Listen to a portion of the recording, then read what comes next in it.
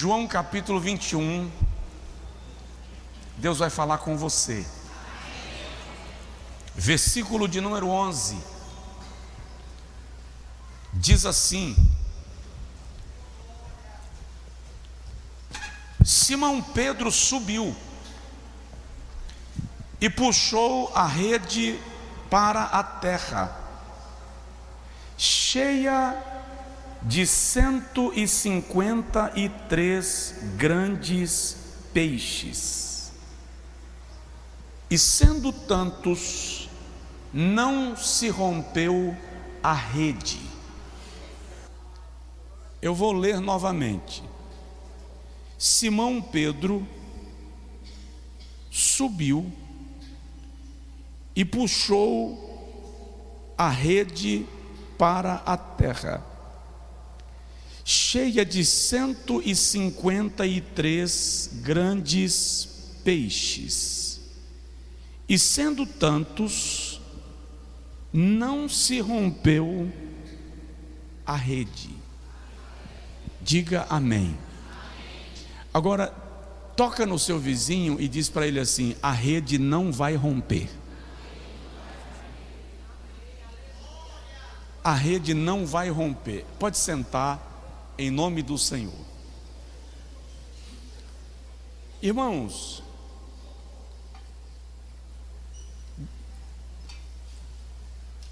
como eu disse, eu passei boa parte do dia preso a este texto, me maravilhando com as coisas extraordinárias de Deus. O relato que nós acabamos de ler se dá no intervalo entre a crucificação e a ressurreição de Jesus. O espírito dos seguidores de Jesus, seus discípulos, os apóstolos, estava muito abatido, alquebrado, frustrados, decepcionados. Eles estavam sem graça. Afinal de contas, eles colocaram toda a sua expectativa em Jesus. Vamos compreender que àquele tempo a Palestina estava dominada por Roma. Havia a grande expectativa do libertador, que viria para provocar uma revolução e tirar Israel de sob o domínio romano. E toda a expectativa daqueles homens estava em Jesus. De repente, Jesus foi preso, julgado e condenado. Ele morreu. Incrivelmente, ele morreu. Simplesmente morreu. Tu te alegras hoje porque tu sabes que ele ressuscitou. E embora eles tivessem a promessa de que Jesus ressuscitaria, de algum modo parece que eles não criam ou não entenderam a gravidade disto. Então, para eles, de algum modo não há expectativa de ressurreição. Não naquele momento. Jesus morreu. Morreu sem reagir. Morreu sem reclamar. Morreu sem batalhar contra os seus algozes. Foi sepultado. Acabou. Encerrou o assunto. Os discípulos estão naquelas 24 horas tentando reprogramar a vida, tentando se reorganizar. Você lembra que 2 foram embora para Emaús? Voltando para casa. Não há mais o que fazer em Jerusalém. E os que eram da Galileia, como é o caso de Pedro, João, Tiago, a Galileia não era perto, cerca de 190 quilômetros. pelos limites estabelecidos pela lei, uma viagem de 7 a 10 dias.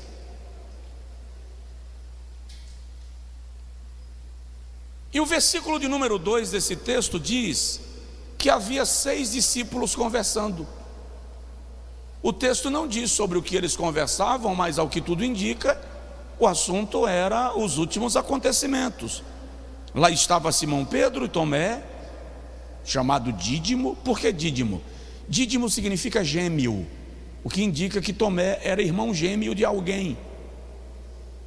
Então lá estava Simão Pedro e Tomé, chamado Dídimo. Lá estava Natanael, que era de Caná da Galileia, os 2 filhos de Zebedeu e outros 2 discípulos que a Bíblia não diz o nome. E olha o versículo, diz assim: estavam juntos. Digam comigo, estavam juntos. Juntos aqui é mais do que próximos. Eles não estavam apenas próximos, estavam juntos. Eles não estavam apenas perto um do outro. Juntos aqui fala mais de uma questão emocional e espiritual do que geográfica. Porque o termo juntos, quando você vai para a raiz da palavra, aqui significa em concordância, semelhantes, algo como pensando igual. Então eles estavam falando sobre algum assunto sobre o qual todos eles concordavam com a análise que estava sendo feita. Eu até fiquei me perguntando, o que será que eles estavam indagando entre si? Algo como,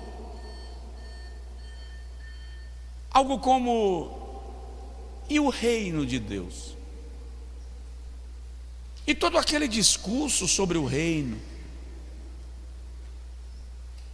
e aquela proposta do reino que foi apresentada a nós, e todo aquele discurso no Sermão da Montanha que fez a multidão descer maravilhada, dizendo: ele não prega como os escribas e os fariseus. Cadê tudo isso? O reino se esvaiu, acabou na cruz ontem. De repente Pedro levanta de um ímpeto, e é muito próprio de Pedro isso. Se você ouvir aquelas mensagens que eu preguei aqui sobre Pedro, você se conhece? Você vai ver que Pedro é bem impetuoso, e ele se levanta de um ímpeto, parece que ele resolve: vamos parar com esse assunto, eu vou pescar. Só que o eu vou pescar de Pedro não é do tipo eu vou espairecer, não é eu vou descansar a minha mente, não. O que Pedro está dizendo é: eu vou voltar para aquilo que eu já fazia, eu vou voltar para aquilo que eu sei fazer. Afinal de contas, entramos numa furada, eu vou pescar. Não está escrito que Pedro tenha chamado a ninguém. Aliás, quando a gente analisa o texto, dá um sentimento de que Pedro não queria ninguém com ele. Tipo, quero ficar só, quero ir sozinho. Mas quando Pedro diz vou pescar, os outros dizem nós vamos também. Talvez o fato de que Pedro era um líder, a sua influência sobre os demais, ou quem sabe a frustração é tão grande que para quem está frustrado no nível que eles estavam, qualquer solução é uma solução. Vamos pescar. E eles desceram para pescar, embora, como eu disse, o texto me faz analisar que parece que Pedro não queria que alguém fosse com ele, ele queria se isolar. Como é que você está hoje? Pergunte aí para a pessoa do seu lado: como você está hoje?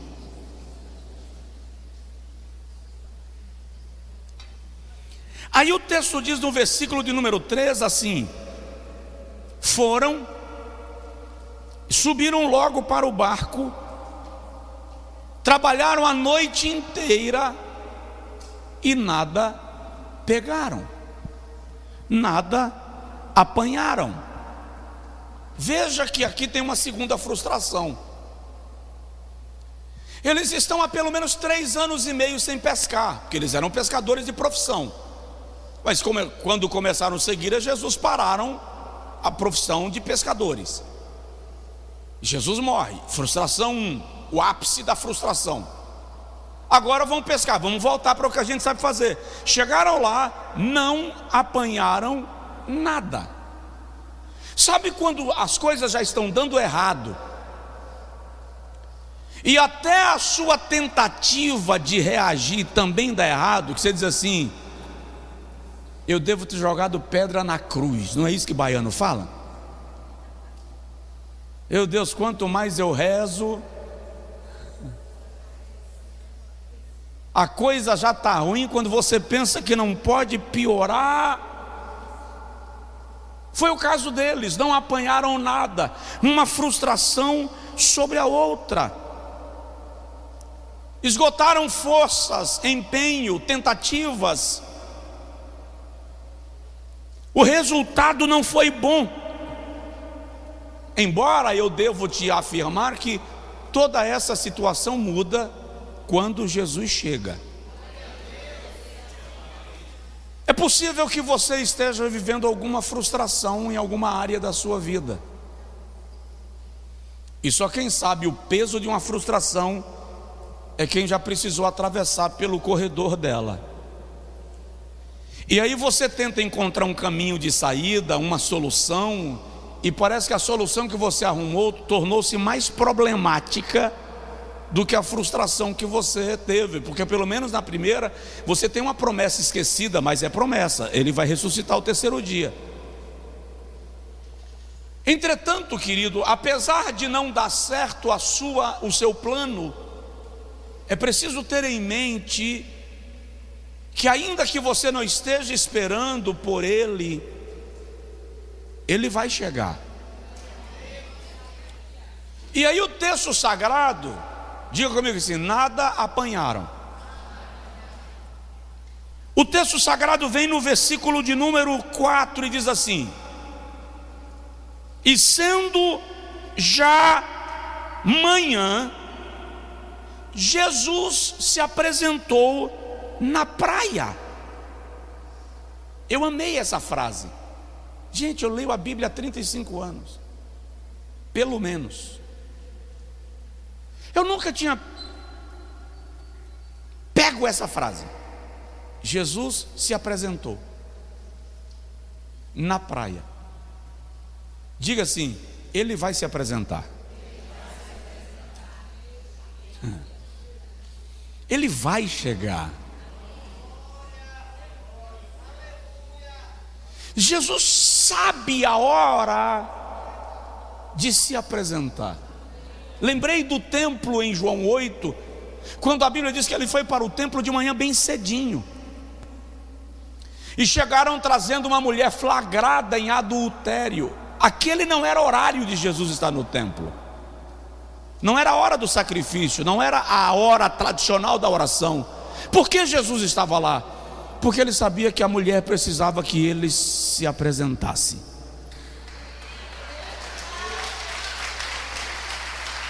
Aleluia. E ele se apresentou. No Getsêmani, quando foram prendê-lo, a Bíblia diz que quando os soldados chegaram, João capítulo 18, lá no versículo 8, os soldados chegaram e chegaram truculentos. Eles foram prender Jesus, na mentalidade de Roma, um revolucionário.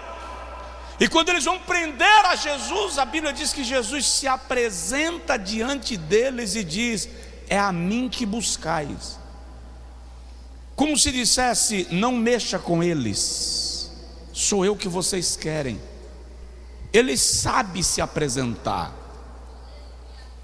Aqui no texto a Bíblia diz que pela manhã, bem cedo, ele se apresentou na praia. Ele não só chegou, gente, não é o camarada que está caminhando na praia fazendo Cooper. Ele se apresentou: estou aqui, eis-me aqui. Presta atenção, Jesus não vai passar na sua vida, ele vai se apresentar no seu cenário. E era de manhã bem cedo. Lembrei-me de Salmo 30, versículo 5. O choro pode durar uma noite inteira, mas a alegria vem ao amanhecer. O dia vai nascer, o sol vai raiar, amanhã para a tua vida vai chegar. E o teu choro, o teu lamento, a tua aflição, o teu pesadelo terá fim. Só recebe se crê. Vamos para o texto, porque o texto é lindo demais. Aí diz assim, ó: ele se apresentou na praia, mas os discípulos não o conheceram. Os discípulos não sabiam que era ele. Vamos lá. Lá no versículo de número 8, o texto diz que eles estavam a aproximadamente 200 côvados da praia, cerca de 90 a 100 metros de distância da praia. Há um pensador que diz que Jesus não estava na terra seca, que Jesus entrou no mar até a altura das águas nas costas, nos lombos. Era de manhã bem cedo, talvez a neblina tenha distorcido a visão, mas o fato é que a frustração era tão grande. E o detalhe, eles simplesmente não esperavam Jesus. Por que não esperavam? Porque ele morreu. Era improvável. De 0 a 10, não havia a menor chance de ser ele. Fora de cogitação. E eu até anotei aqui, porque no momento que eu li isso aqui, a palavra estava falando, e eu estava em lágrimas, e eu coloquei assim: Deus, Deus das coisas improváveis. Aleluia. Deus faz aquilo que você não espera mais que Ele ainda vai fazer. Ele faz da forma que você nem imagina que Ele faria. Ele chega na hora que você nem espera mais que Ele chegaria. Nós servimos ao Deus das coisas improváveis, o Deus que sabe surpreender. Diziam os nossos avós que Ele escreve certo por linhas tortas. Está tudo dando errado, não há previsão, mas Ele chega. Não o reconheceram, mas Ele veio. Quantas coisas Deus está fazendo na sua vida e você não está percebendo que é Ele?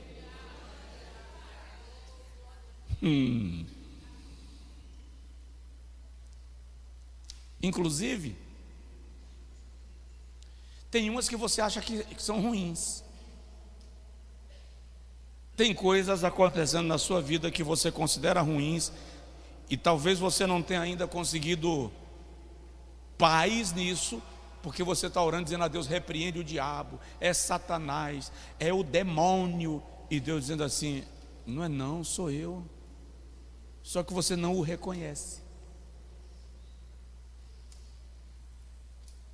Ele deslocou a perna de Jacó. Pastor, e Deus vai deslocar a minha perna? Deslocou a de Jacó. Tirou de Jacó o pilar de sustentação, a base, aquilo que mantinha Jacó na sua estabilidade, no seu equilíbrio. Ele deslocou. Às vezes Deus mexe com os teus pilares. Para quê? Para te ensinar confiança, para te ensinar rendição. Jacó só se rendeu quando a perna deslocou.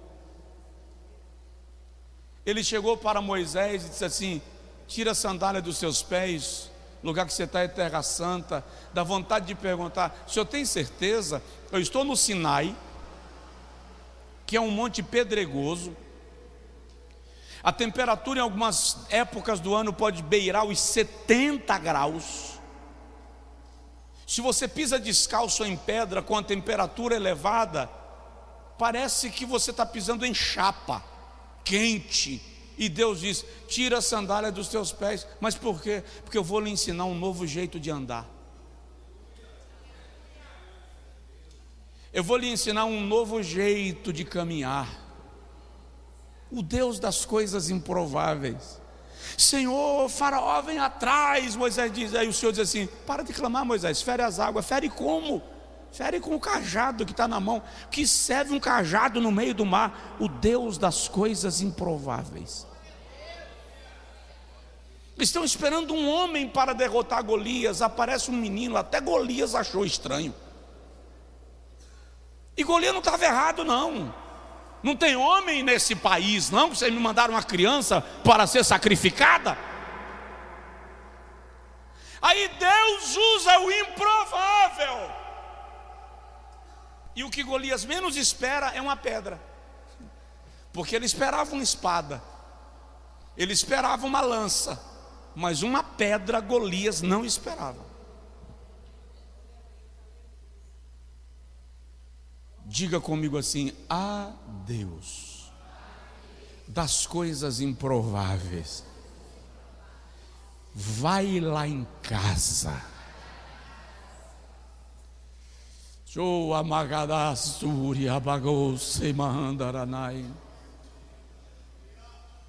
Ele apareceu pela manhã e os discípulos não o reconheceram. Aí olha o versículo de número 5. Disse-lhes, pois, Jesus. Vamos lá, eles estão a 200 metros, 100 metros, 200 côvados. O estranho, porque ninguém reconheceu, aparece na praia e pergunta assim: vocês têm alguma coisa para comer? Interessante, poderia ter sido um simples pai de família que foi à beira do lago de Genezaré comprar peixe fresco. Mas acontece que, como eles não pegaram nada, essa pergunta é no mínimo constrangedora. Sendo Jesus quem está fazendo a pergunta é confrontadora. Por quê? Porque eles não estavam lá por acaso, eles estavam lá por causa dos fatos anteriores. Jesus morreu, estamos decepcionados, perdemos 3 anos e meio da nossa vida, acabou tudo, não adianta nada. Quer saber? Vamos cuidar da nossa vida, porque a gente tem família para sustentar, nós temos coisa para fazer, tem menino para criar. Aí Jesus chega na beira do lago e pergunta assim: deu certo? A estratégia que vocês escolheram deu resultado? Porque tendes alguma coisa para comer? É essa a pergunta nas entrelinhas. A estratégia que vocês criaram resolveu alguma coisa? Mudou alguma coisa?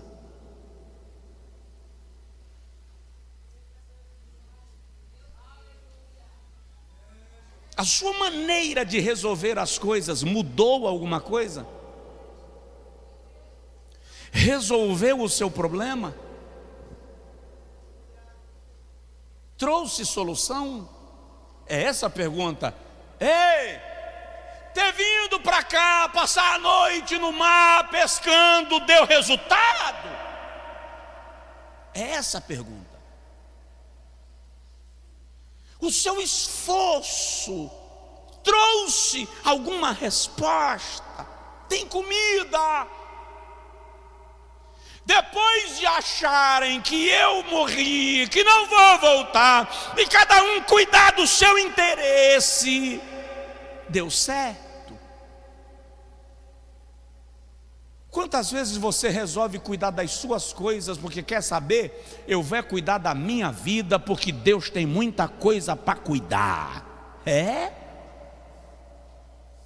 Aí quando você acerta com a cabeça na quina da porta, você não sabe porquê, e é Deus perguntando assim: tem alguma coisa para comer?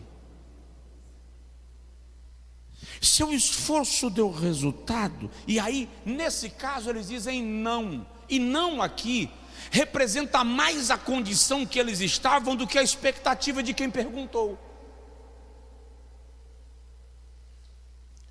Quando eles dizem não, no versículo de número 6, Jesus diz assim: lançai a rede para o lado direito do barco. Não entendi, pastor. Lançai a rede para o lado direito do barco, não para o lado direito seu, para o lado direito do barco. Não o lado direito que você escolhe, o lado direito que ele escolhe. O seu lado direito pode não ser o lado direito que ele escolheu. A direção mais plausível que você encontrou pode não ser a direção que ele está dando, lado direito do barco. Pare de fazer as coisas do seu jeito. Comece a lançar a rede do lado direito do barco. Você está escolhendo a sua maneira de fazer, você está escolhendo a sua maneira de investir, você está escolhendo a sua maneira de decidir, você está escolhendo a direção para onde você vai. E o Senhor está dizendo: não do seu lado direito, do lado direito do barco. Por que Jesus diz isso? Porque normalmente o pescador se colocava no barco virado para a proa, para a frente do barco, e lançava a rede para o lado esquerdo do barco, porque na hora de puxar, ele puxava com mais facilidade por causa da firmeza do braço direito. Jesus está dizendo: para de fazer da maneira que vocês estão acostumados a fazer e comecem a fazer da maneira que eu vou dizer a vocês que deve ser feito. Ah, mas eu estou acostumado a fazer assim. Você está acostumado a fazer assim, mas não pegou nada. Então começa a fazer do jeito que eu estou te mandando. Aleluia! E é interessante que a ciência diz que o lado esquerdo do cérebro lida com as questões práticas, tocáveis, materiais. É o chamado do lado do preto no branco. O lado direito, por sua vez, lida com as coisas metafísicas, inteligência emocional, inteligência espiritual, discernimento, percepção. Então Jesus está dizendo: vocês estão trabalhando matematicamente, estão trabalhando com o lado esquerdo, estão calculando com o cálculo, trabalhando com o cálculo que vocês fizeram. Eu quero agora que vocês comecem a trabalhar com discernimento, com inteligência, com percepção, com noção da minha presença. Tem alguém na casa?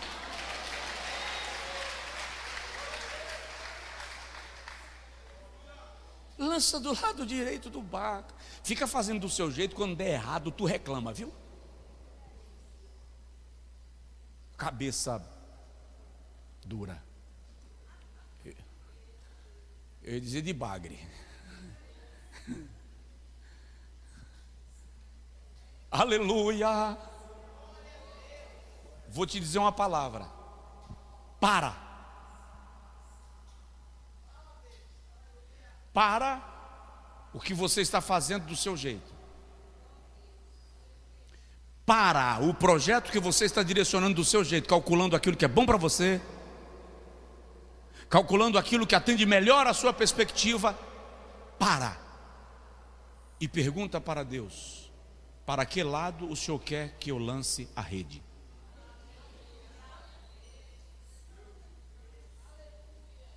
Chamamento para a pausa. E quando eles lançam a rede do lado direito, diz assim: já não podiam tirar. por causa da multidão de peixes. Fala assim com o seu vizinho: se você obedecer, você verá resultados.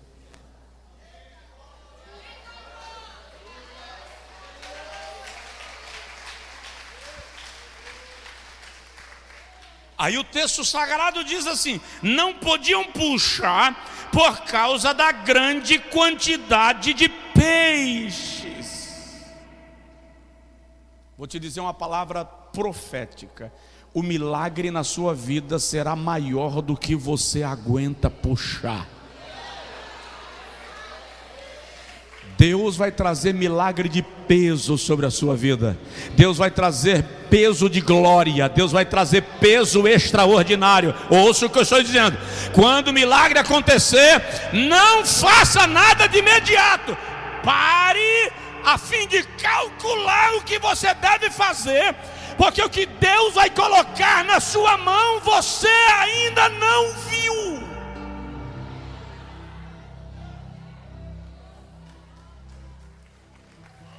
Aleluia, aleluia. Não estou de brincadeira, não vim trazer palavra motivacional, eu vim trazer uma palavra com caráter profético para a sua vida.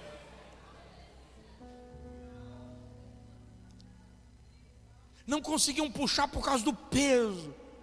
E o detalhe: quanto é hoje? Te vi llegar con sal en la piel y un mensaje sin enviar. Yo sabía que eras tu bebé. Tu risa me pegó como ola en el muelle y en mi pecho quedó tu nombre girando fuerte.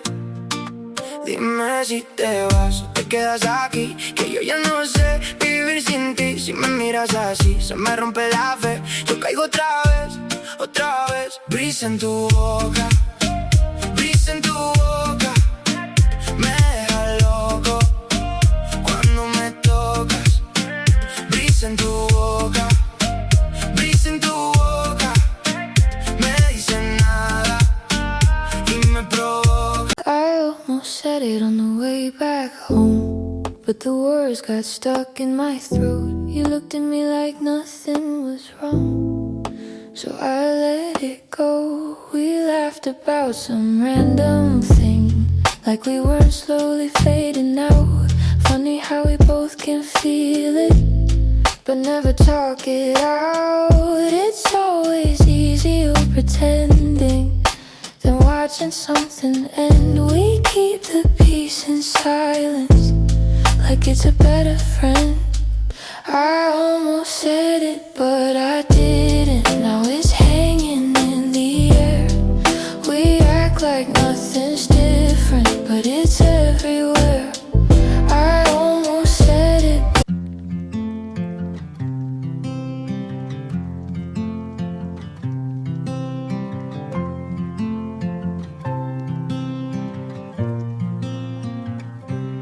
They said I'd break in heavy weather, bend too far and lose my shape. Carried storms I couldn't measure, wore the damage on my face. Tried to hide the cracks and fractures, like they made me less than whole.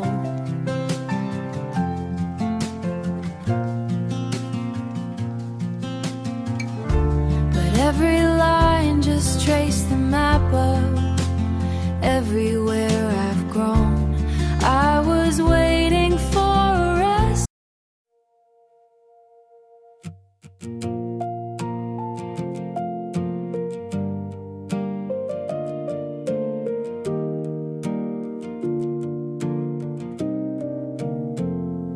We stopped finishing our sentences, left them hanging in the air.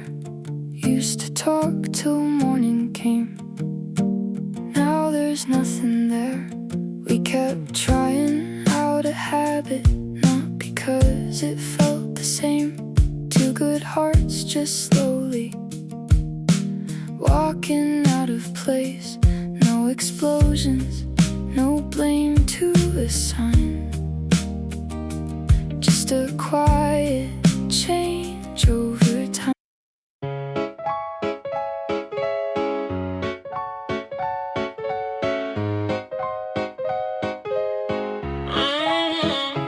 wake up tired before the day starts. Coffee cold, same loop, restart. Everybody moving like they got a map. I'm just trying not to collapse. Notifications feel like pressure. Even silence got weight now. Smiling just to look better while I'm falling through the crowd. They say you're doing fine, just keep it up. But they don't see what it costs. If this is what it takes to win, I think I'm already lost. I got a burnout halo glowing under broken sleep.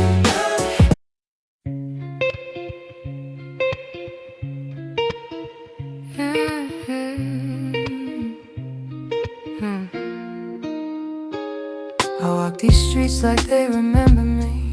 Neon signs blinking out my history. Same old cafe, same empty seat. But nothing here feels like it knows me. Phone in my hand but I don't call back. Voices fade in the train track crack. Everybody's moving too fast. I'm stuck in a place I can't outlast it. Every corner feels like deja vu. Like I've been lost here way too long. Even the silence hums your tune, but I can't tell what went wrong. This city knows my name too well, but never asks.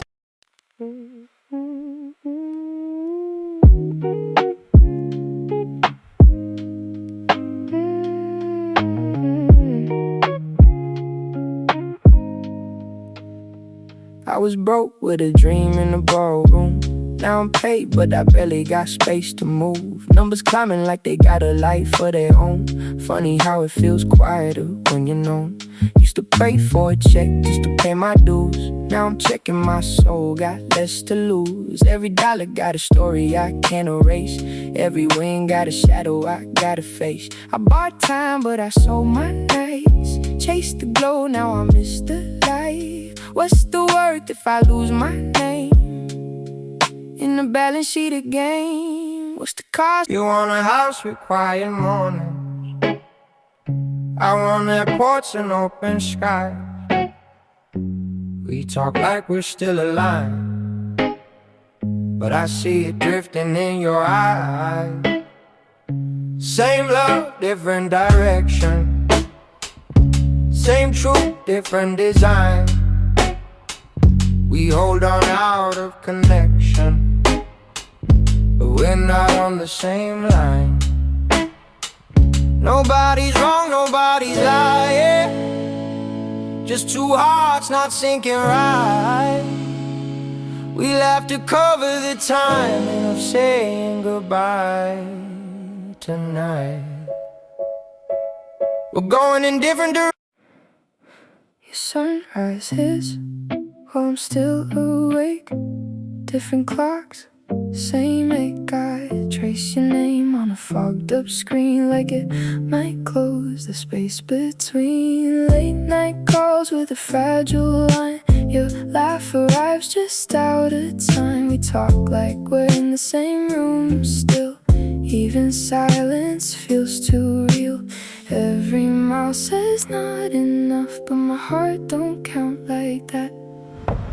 Love flies farther than the miles, through the dark, across the time. Every second draws the line. Back to you, back to you. Even worlds we can align. I post a pic like I'm alright. Perfect light, perfect fake smile, but my room still feels too quiet. When the screen goes black at night, people say I look so fine, like they know what's on my mind. Double tap, don't read between lines. It's just noise to pass the time. I laugh in stories, not in real life. Feels easier to pretend. If I disappear for a while, would anybody even notice then? I got an offline smile that nobody sees but me. Online I look so alive, but that's not who I really be. I'm scrolling. You still ask me how I slept last night. Still leave tea by the counter light, but something in your voice feels far. even when you're standing right by. We talk about the weather first, like we forgot how hearts converse. Every word is soft and careful, like we're scared to make it worse. No fight, no storm, no breaking glass, just silence growing thick so fast. Two people learning how to stay while slowly drifting away. We're quietly falling apart, no thunder, no visible scars, just love turning into habit. And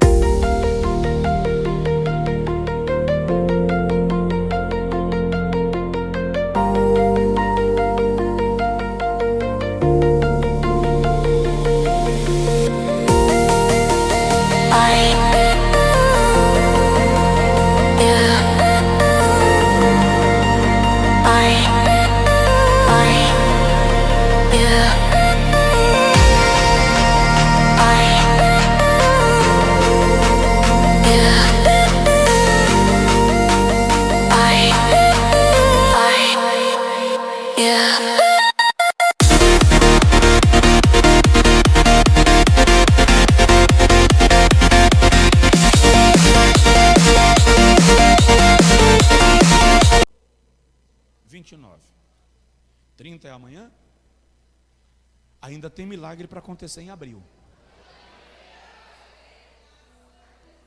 E vai acontecer de forma tão extraordinária que você vai ficar tentando buscar, rastrear, explicar. Diz assim para o vizinho: não vai conseguir. Como não vai? Não vai porque milagres não se explicam, milagres se vivem. Você vai viver milagre. O Senhor vai mudar a tua história. Agora, sabe o que é interessante aqui? Eles não reconheceram que era Jesus, lembra disso? Mas obedeceram. Obedeceram mesmo não reconhecendo. Obedeceram por uma questão de circunstâncias. Presta atenção. Jesus dá orientação sobre pesca não é o mais indicado, porque Jesus não é pescador. Jesus era carpinteiro. Tem pelo menos 3 coisas aqui que dificultam qualquer probabilidade dessa grande pescaria. A primeira é que já era dia, e o hábito da pescaria se dava sempre à noite. Segundo, trabalharam a noite inteira e nada pescaram. Quem já trabalhou a noite inteira? Levanta a mão. Quando amanhece o dia, você olha para o poste e vê cama. Eu lembro que uma certa feita, quando o Jones era pequeno, Jones tinha o hábito de dormir pegando aqui na minha orelha. E um dia eu viajei a noite inteira, cheguei em Salvador por volta das 4 da manhã, entrei no meu carro, saí do aeroporto e vim para casa. Eu queria vir amanhecer o dia em casa. E eu coloquei o braço na janela, na porta do carro e vim dirigindo e com a mão aqui, ó. Quando eu acordei, eu estava no meio do canavial. Ainda bem que foi no canavial, não tinha ribanceira, desceu em câmera lenta. Quando você trabalha a noite inteira, você olha para qualquer lugar e vê cama.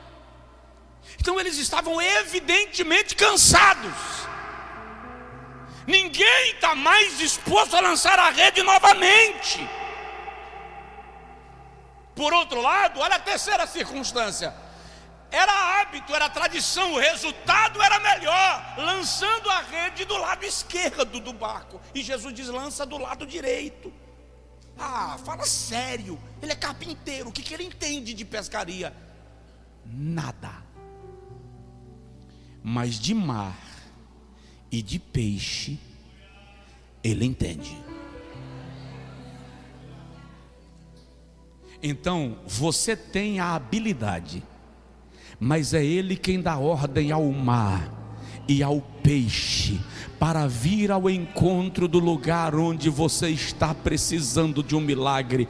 Dá uma sacudidela de leve no crente do seu lado e diz para ele assim: então obedece, lança a rede.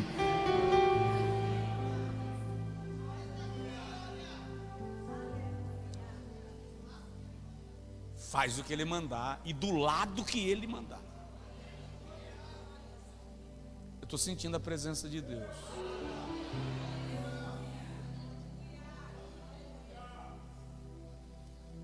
Trouxeram a rede com os peixes. Aí, capítulo 21 de João, versículo 7.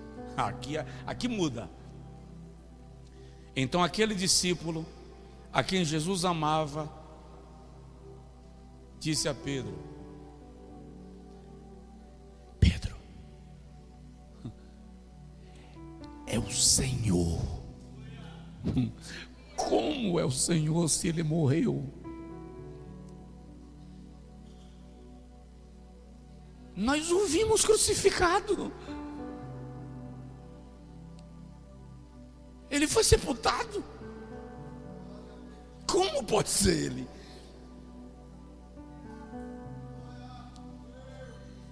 E quando o discípulo a quem Jesus amava, quem é esse discípulo? Por que ele não identifica o discípulo? Porque ele é o escritor desse evangelho. Então, os escritores sagrados nunca se mencionam na primeira pessoa. Por quê? Porque na Bíblia o homem nunca é o centro.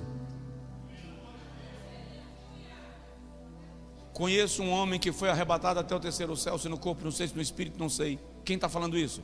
Paulo. De quem? Dele mesmo. Mas ele coloca na terceira pessoa. Aquele discípulo a quem Jesus amava disse a Pedro: é o Senhor. Por quê? Porque quem conhece o reconhece. Por que João sabe? Porque a intimidade entre Jesus e João é tão grande que quando o texto se refere a João, diz que ele reclinava a cabeça no peito do mestre. Sabe o que é reclinar a cabeça no peito? Cochichar. Jesus falava coisas com João que ele só falava com João.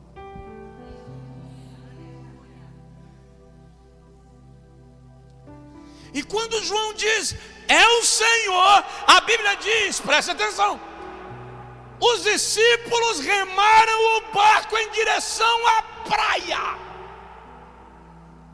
Mas Pedro, o texto diz assim: e quando Simão Pedro ouviu que era o Senhor, cingiu-se com a túnica, porque estava nu, e fez o quê? Você está com a Bíblia aberta? Fez o quê?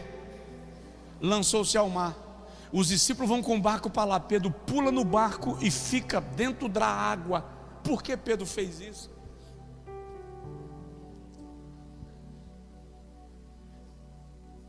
Como eu vou encarar ele depois de tê-lo negado 3 vezes? E Lucas diz que quando Pedro negou a terceira vez, pastores, quando Pedro negou a terceira vez, Lucas diz assim: Jesus olhou para ele, como se dissesse assim: eu estou vendo, tá? Eu sei, eu não estou perto, mas estou vendo o que está acontecendo. Agora que João diz assim: é o Senhor que está na beira da praia, Pedro diz assim: como é que eu vou encarar ele? Pulou na água. Os outros foram ao encontro de Jesus. Pedro pula na água, fica lá. Aí o texto diz: e os outros discípulos foram com o barco, porque não estavam distantes da terra, senão quase 200 côvados, levando a rede cheia de peixes. Jesus sabe o que você fez na sexta, enquanto ele estava sendo julgado. Ele sabe o que você fez. Ele também sabe que você vai ficar muito constrangido em lhe ver. Mas tem uma notícia para você: Jesus quer lhe ver. Diz aí para o seu vizinho: Jesus quer lhe ver. O comportamento de Pedro é diferente do comportamento dos outros. O texto diz lá na frente que Pedro tomou uma toalha, se enrolou para sair. Mas vem cá, olha o versículo 9: logo que desceram para a terra, viram ali brasas e um peixe. Viram brasas e o quê? E onde Jesus achou aquele peixe? Se os discípulos estavam saindo da água ainda.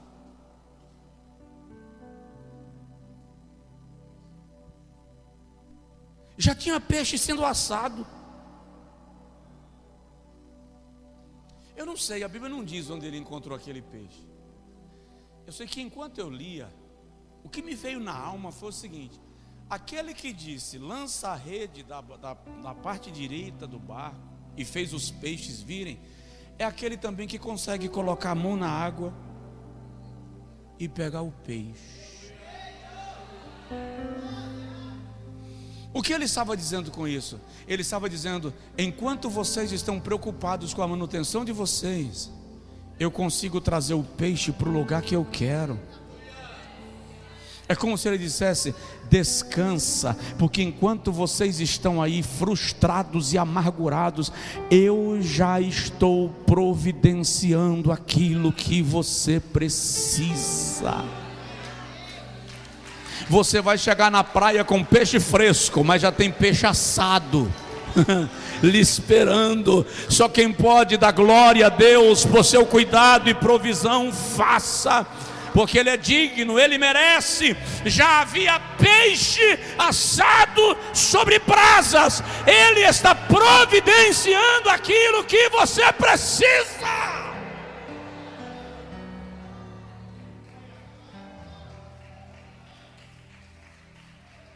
Aleluia. Aí o texto diz, já estou terminando: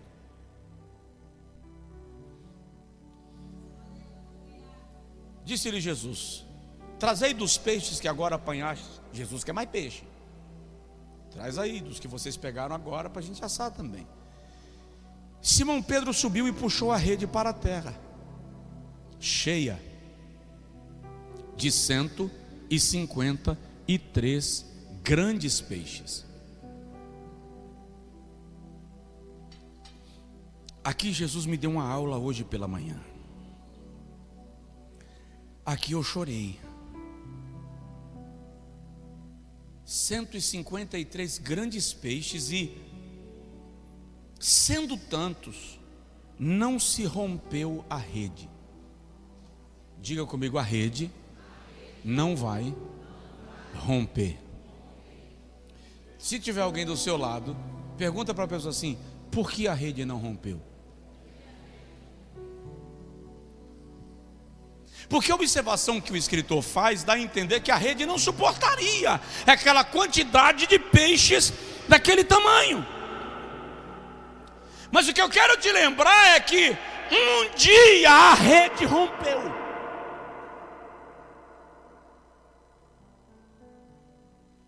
Se você pegar Mateus capítulo 4, versículo 21, quando Jesus chama Pedro, Tiago e João para serem pescadores de homens, eles estavam consertando a rede.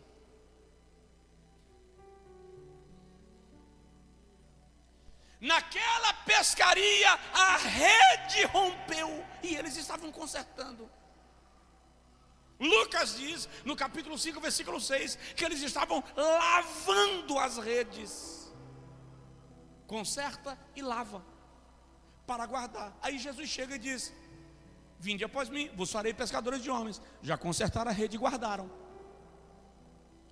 Caminharam com Jesus 3 anos e meio. Agora resolveram pescar. A rede estava consertada. Presta atenção. No dia que a rede rompeu, que você ficou chateado, frustrado, amargo, com vergonha, constrangido. Você quis enfiar a cabeça na areia e desaparecer. Na verdade, a rede rompeu lá atrás, para não romper hoje. Deus permitiu a rede romper na tua história, para que ela estivesse reparada para o que Ele iria fazer no futuro. O que eu quero dizer com isso? Os sofrimentos, as batalhas, as rupturas que você já sofreu, não foram sem propósito. Tinha por objetivo te capacitar para a maior pescaria da tua vida.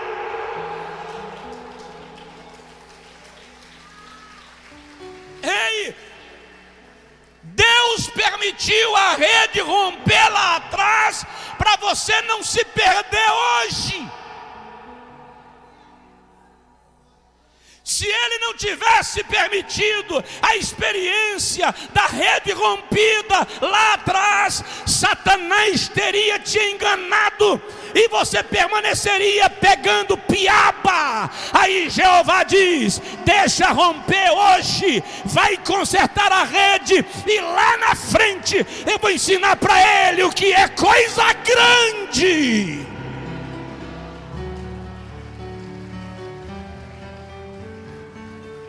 Se você acha que já foi grande e desceu, se você acha que já foi grande e deu errado, Deus está dizendo a você: você não sabe o que significa crescer. Eu vou ampliar a tua tenda, eu vou te abrir novos caminhos, eu vou te dar a pescaria que você nunca imaginou. A porta vai se abrir e coisa grande vai acontecer na nossa vida.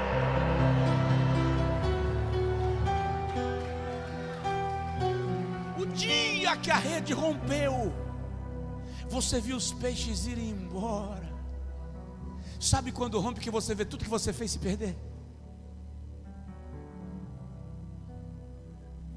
Mas eu me esforcei tanto, eu dei tudo nisso aqui, todo o meu investimento, todo o meu tempo, todo o meu amor, toda a minha paixão, e se rompeu. Os peixes foram embora. E Deus está dizendo: estão indo embora os peixes de hoje, para que os de amanhã, que são grandes, não se percam. O teu aparente fracasso foi apenas Deus te dando a oportunidade de consertar as coisas. Thomas Edison, que era cristão, protestante, o inventor da lâmpada, conta-se que um dia o vizinho de Thomas Edison acordou na madrugada e disse: teu laboratório está pegando fogo. E Thomas Edison correu para o laboratório, e quando chegou lá não dava mais tempo de salvar nada. Tudo havia se perdido, seus inventos, seus experimentos, não salvou nada. Diz que a esposa se aproximou dele, o filho, ele abraçou a esposa, segurou o filho e disse: lá se vão metade dos nossos erros. Quando Deus permite você perder algo porque a rede rompeu, Ele só está te dando a chance de consertar. Você ia caminhando numa trajetória X e Deus estava vendo.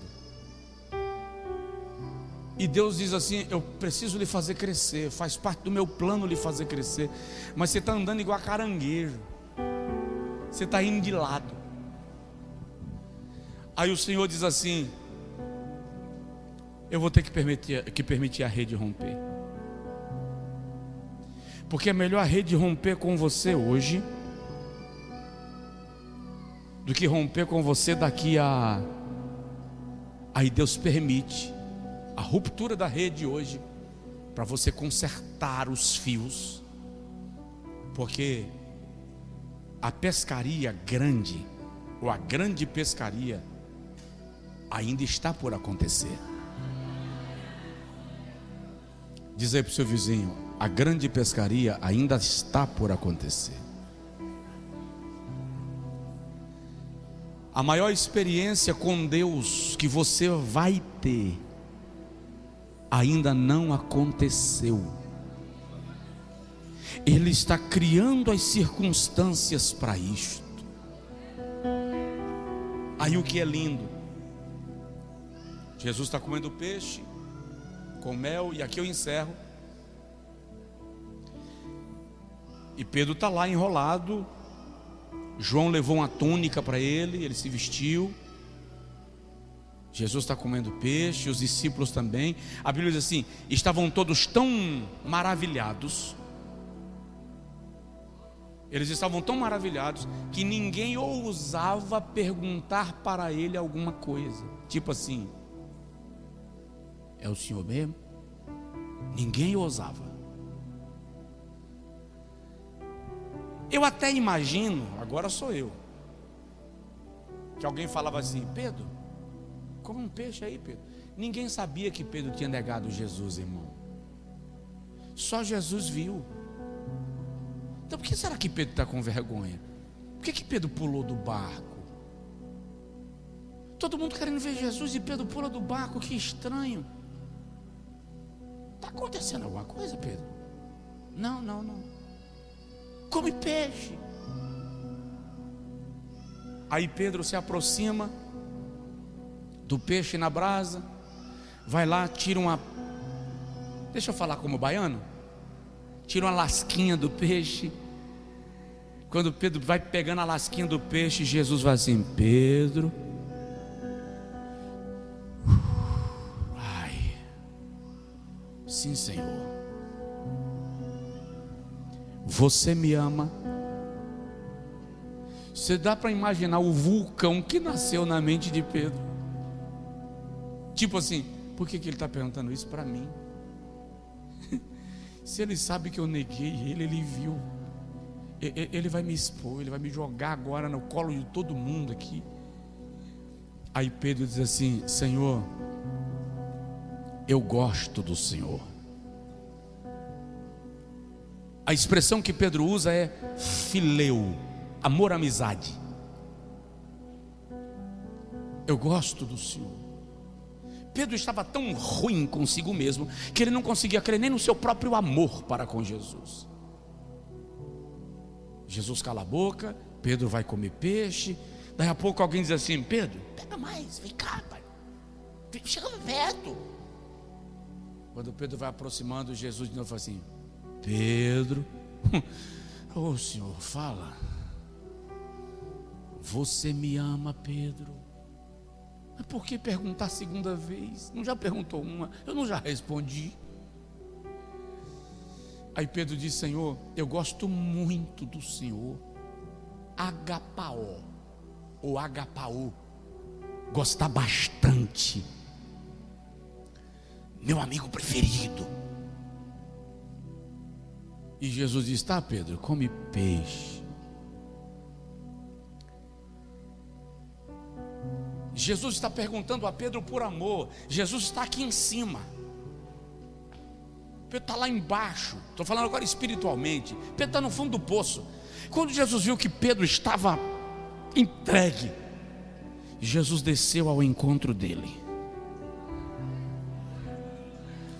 Nas duas primeiras vezes ele perguntou: Pedro, você me ama? Na terceira vez ele não perguntou: Pedro, você me ama? Na terceira vez ele perguntou assim: Pedro, você gosta de mim? Como se dissesse: depois de andar 3 anos e meio comigo, tudo que você sente por mim, Pedro, é gostar.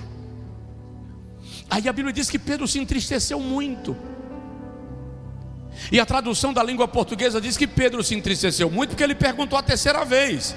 Mas a verdade é que Pedro se entristeceu muito porque Jesus agora não abordou mais o amor. É como se Jesus tivesse desistido do amor de Pedro. Você só gosta de mim, Pedro. Isso mexe com a casca da ferida, porque Jesus sabe onde você está sangrando. Aí Pedro diz assim: Senhor, tu sabes de todas as coisas, por que me perguntas a terceira vez? Tu sabes que eu te amo, ágape. Jesus chegou onde queria.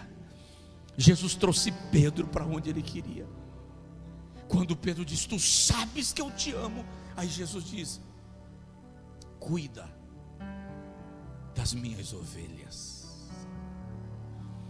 O que eu quero te dizer com isso é que Deus nunca, diga comigo, nunca, Deus nunca vai abrir mão de você.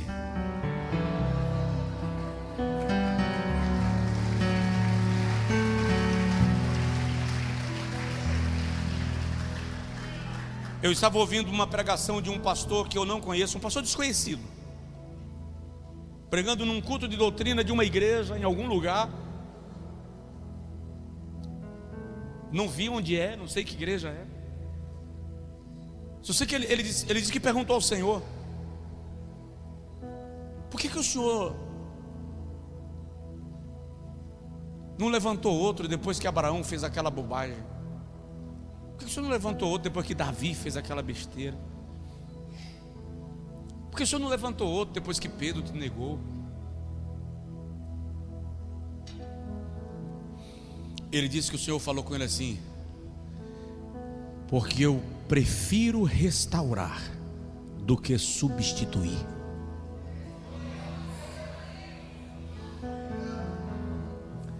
Seu lugar não será ocupado por outra pessoa. O plano que Deus fez na sua vida não será cumprido por outro. Ele vai te levar na casa do oleiro,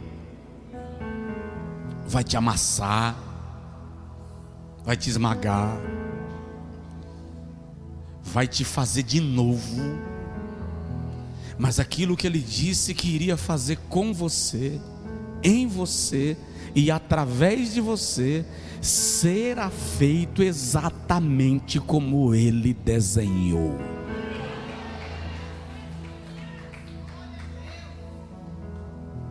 Fica de pé, por favor.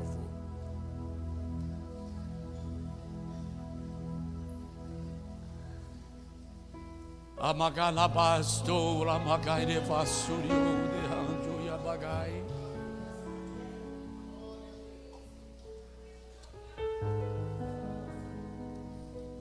Pare de lamentar a rede que rompeu naquela pescaria lá atrás. Ela rompeu lá atrás numa pescaria menor, para não romper na hora da pescaria maior. E vem aí 153 grandes peixes. Diga comigo assim: tem coisa grande chegando. Você crê assim? Você crê assim? Quem quiser vir à frente orar, aqui à frente pode vir. Se você quiser ficar no seu lugar, pode. Mas eu gostaria que você tomasse uma atitude de fé agora, porque o Senhor veio te encontrar na beira da praia. Jesus, que forma de João escrever: Jesus se apresentou na praia. Ele não diz Jesus chegou, ele não diz Jesus veio, ele não diz Jesus se manifestou, ele diz Jesus se apresentou na praia. É como se Jesus tivesse vindo de fato para algo muito... Ele vai fazer um show, um espetáculo de milagres na sua vida. Abre mão de vingança, retribuição. Abre mão. Abra mão. Abra mão, porque o que Deus vai te dar é muito maior. O que Deus vai te dar é muito maior.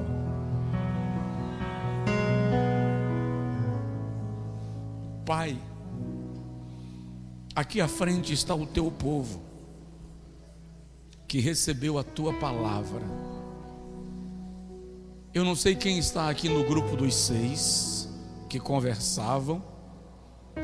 Eu não sei aqui quem está como Pedro. Eu vou pescar, que eu tenho mais o que fazer. Eu não sei, Senhor, quem está puxando o barco ou pulando na água. Mas eu sei que o Senhor vai se apresentar. E eu quero suplicar agora. Hoje é dia 29 de abril. Dá um sinal para o teu servo de que o Senhor já está na praia. Dá um sinal para a tua serva de que o Senhor já está na praia. Nós estamos entrando, ó Deus, numa semana de milagres extraordinários. Oh Deus, move as águas, quebra os portões de ferro e rompe os ferrolhos de bronze. Aplaina os caminhos e traz à superfície os tesouros escondidos. Jesus, eu quero ler testemunhos de milagres, eu quero ler testemunhos de respostas. Afaga a alma deste homem e desta mulher, daquele que está no culto online, que eles sejam agora ministrados, alcançados, envolvidos. Que uma nuvem da tua glória desça sobre esta casa. Que uma nuvem da tua glória desça sobre esta pessoa, sobre este marido, sobre esta mulher. Que uma nuvem da tua glória desça sobre esta pessoa, Senhor. Manifesta uma resposta do céu em favor do teu filho e da tua filha. Ah, Jeová, tira a frustração, o desânimo, a angústia, e que hoje à noite a volta para casa seja como cordeiros que saltam da estrebaria, porque nasce o sol da justiça, trazendo cura para a asa, para a alma, para a vida do teu servo e da tua serva, na autoridade do nome de Jesus. Eu confirmo agora o que a palavra já estabeleceu, que uma porta de milagre se abre e você vai viver a maior pescaria da sua vida até então, a partir de agora, em nome de Jesus. Só quem recebe dá brado de glória. E se você conseguir, pode falar em línguas, pode chorar, pode magnificar a Deus.